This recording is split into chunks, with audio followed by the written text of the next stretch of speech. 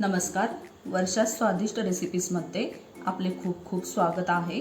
सध्या उन्हाळा चालू आहे आणि उन्हाळा म्हणजे फक्त उकाडा नाही, उन्हाळा म्हणजे आंबा आणि आंबा म्हणजे आमरस।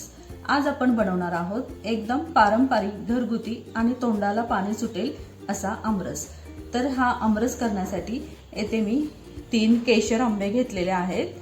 तर हे आंबे मी साधारणपणे 10 मिनिटं मी पाण्यात असे भिजत ठेवलेले होते। हे पाण्यात भिजत ठेवल्यामुळे काय होतं, हे आंबे फ्रेश होतात, तरतरीत होतात आणि आमरसही काळा पडत नाही। तर आता आपण ह्या आंब्याच्या आता साली काढून घेणार आहोत।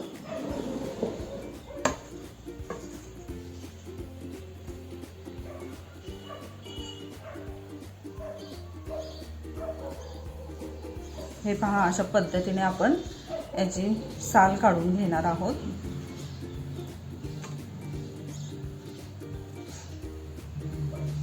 हे बघा, साली काढताना हा आंब्याचा सुगंध खूपच असा छान येतोय, सुगंध पसरतोय सगळीकडे याचा। खूप गोड आंबा आहे हा, याच्या सुगंधावरूनच कळतंय।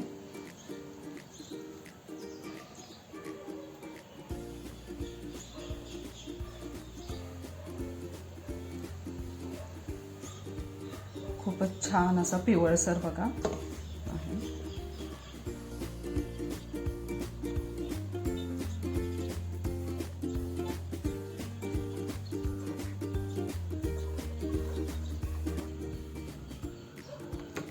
हे पहा, आता आपल्या ह्या 3ही आंब्याच्या आपण साली काढून झालेल्या आहेत।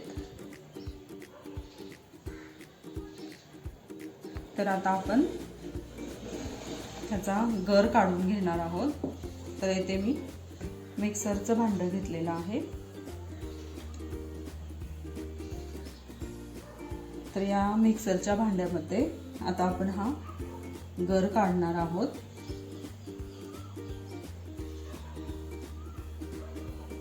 हा मी असा सुरीच्या साहाय्याने काढून घेते।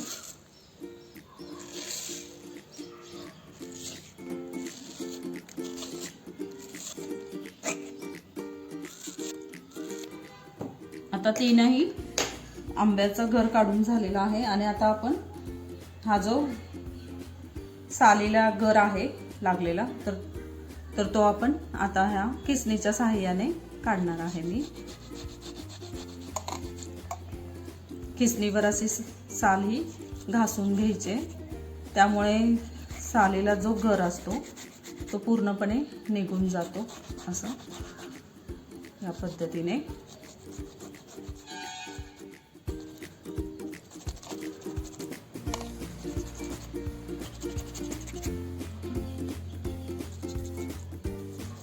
हे पहा, या पद्धतीने कसा छान असा सालीचा सुद्धा सगळा गर निघालेला आहे, पूर्णपणे गर निघालेला आहे।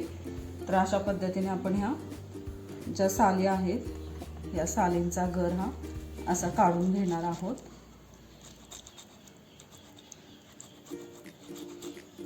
त्यामुळे आपल्याला नंतर पुन्हा पाणी टाकून ह्या साली धुवायची गरजही नाही, कारण पूर्ण गर निघला जातोय या किसणीच्या साहाय्याने।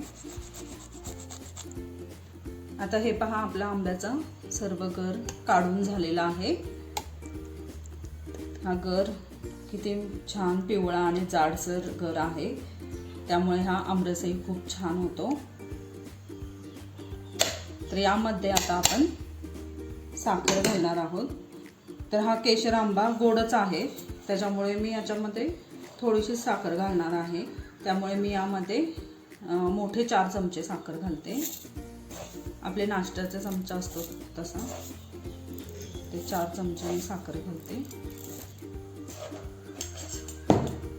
आणि आता हे आपल्याला मिक्सरला फिरवून घ्यायचं आहे आणि त्याच्यात थोडंसं मी आता पाणी ॲड करते। हे मगाशी आपण पोळी आणि त्या सालीच्या हे गर काढून घेतलेला होता ना, त्याचं मी थोडंसं हे धुवून असं पाणी ओतते यामध्ये। यामध्ये आमरसमध्ये दूध घालायचं नाहीये, हे लक्षात ठेवा, कारण की दूध घातलं तर आपला आमरस हा खराब होतो आणि काळाही पडतो. कारण दूध हा खूप नाजूक पदार्थ आहे. तुम्ही कधीही बघा, दुधाला आपण कशाचा हात लावला असा खराब तर दूध लगेच नासतं. मग तेच जर दूध आपण ह्या आमरसमध्ये घातलं तर त्या आमरसचं काय होईल बघा, आमरसही आपलं लगेच खराब होईल आणि काळाही पडेल. त्यामुळे दूध कधीच घालू नका आमरसमध्ये. हे मिश्रण आता आपण मिक्स करून घेऊया.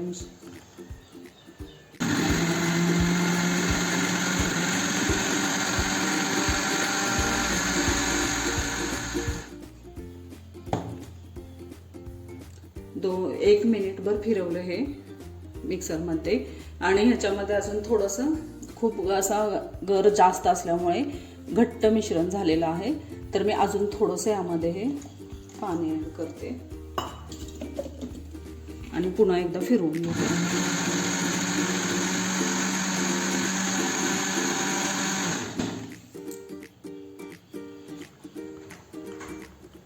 हे बघा, आमरस आता तयार आहे. आता तो आपण एका बाउलमध्ये ओतून घेऊया.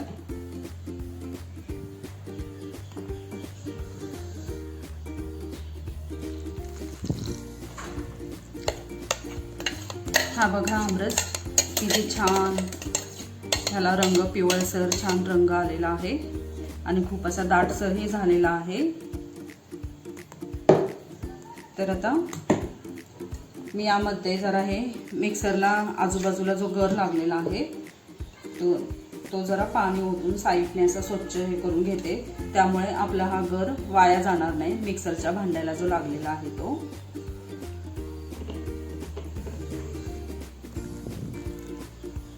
आणि आता हे असं मिक्स करूया.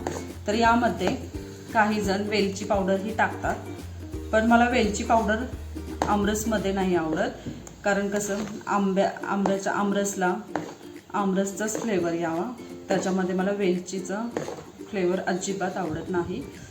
तर मी यामध्ये वेलची पावडर नाही टाकणार. तुम्हाला जर वेलची पावडर आवडत असेल तर तुम्ही घालू शकता. आणि यामध्ये आता थोडंसं मीठ टाकायचं आहे, कारण मिठाशिवाय आपला कोणताही पदार्थ पूर्ण होऊच शकत नाही. मिठानेच आपल्या पदार्थाला चव येते, तसं ह्या आमरसलाही. तर मी यामध्ये थोडंसं चवीसाठी मीठ घालते आहे, एकदम थोडंसं, अर्धा चम्मचला पण कमी. आणि आता हे मिक्स करूया. तर आमरस काळा पडू नये यासाठी ना आपण यामध्ये आंब्याची एक कोय घालणार आहोत. मी इथे आंब्याची एक कोय ठेवली आहे, आपण मगाशी गर काढून घेतलेली. तर ही कोय यामध्ये टाकून ठेवल्याने आपला आमरस हा 7-8 तास खूप छान राहतो, अजिबात काळा पडत नाही.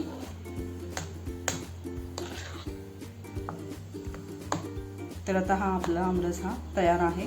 तर कशी वाटली तुम्हाला माझी आजची रेसिपी आवडली असेल तर रेसिपीला जरूर लाईक करा, शेअर करा आणि चॅनलवर जर नवीन असाल तर चॅनलला जरूर सबस्क्राईब करा. चला तर मग पुन्हा भेटूया अशाच एका नवीन रेसिपीसोबत. धन्यवाद.